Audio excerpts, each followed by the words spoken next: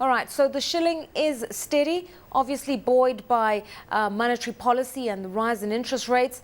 But also we're getting news that the IMF is going to help the Kenyan authorities deal with their forex positions with this extended credit facility. And all of that together should be supporting the shilling. Yes, it will.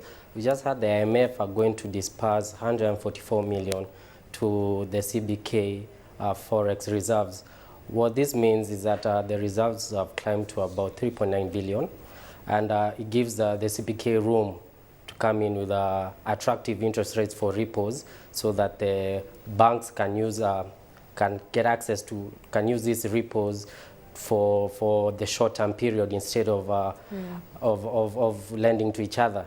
Because basically the repo at the moment is at 18%, the interbank rate stands at around 16%. So banks will prefer to use the repo rate and lend their money to the CBK, which will, in the long term, strengthen the shilling. Well, Kenyan banks are quite active at the moment. There's also news out that they've decided to cap increases on loans that are about 20% or over 20%. So they're trying to ease the burden on businesses and consumers. But what does that mean for their balance sheets?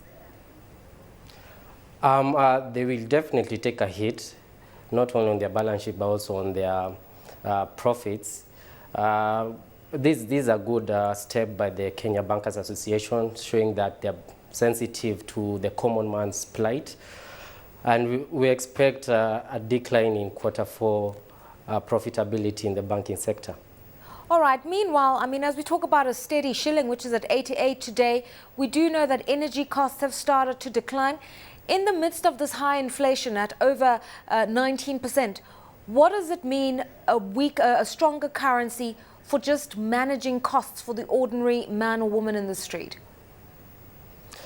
A stronger shilling, the short-term effects won't be felt immediately. It will be felt in, we're talking about Q1. For example, like you just talked about the energy costs. We're expecting energy to decline, as Kenya has already signed a contract with Ethiopia, who are going to supply energy to Kenya. So we're expecting energy costs to decline in Q1, as well as fuel to decline in Q1. So all these effects won't be felt immediately. They'll be felt at the end of Q1, in the beginning of Q2 of next year.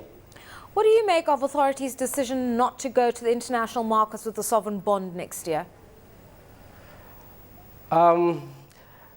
It was a surprising decision, since the Minister of Finance had already given it a go-ahead. He was sure that it was going to happen.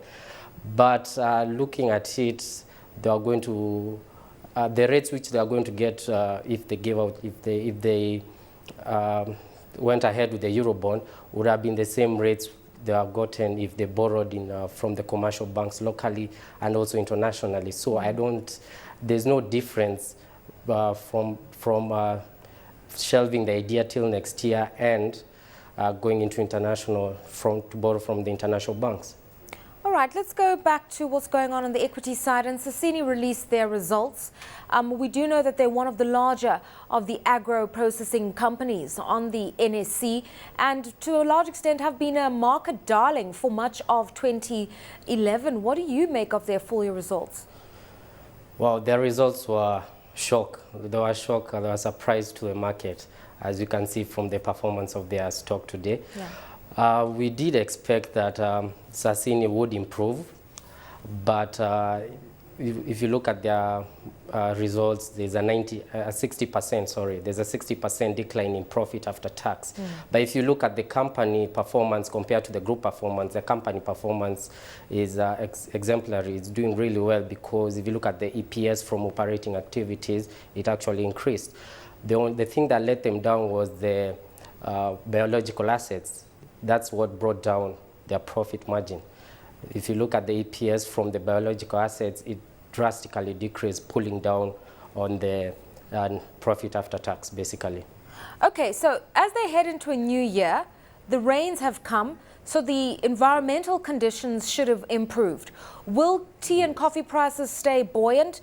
Will they recover?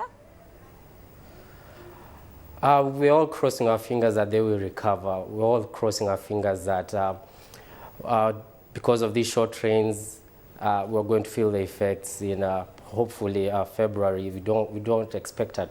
We are hoping there won't be any drought during the beginning of next year, as has been the case in this year. So the short trains, we're expecting the prices to decline and the effects to be felt by the common person in February, March. Another news story is that of Uchumi. Now, they've done a magnificent turnaround from being a company with huge liabilities, suspended from the NSE, and now being nominated to be an NSE 20 constituent company that creates the weighted average for top performing stocks. Just tell us the turnaround of Uchumi. Uchumi, the turnaround is all down to the management being led by Dr. Jonathan Siano. He's done a fantastic job turning around that company. It was basically going to the dogs, but he turned it around. Now it's becoming a force that it was before. So we are really impressed with that counter, and we expect it to continue to have a good performance next year as well.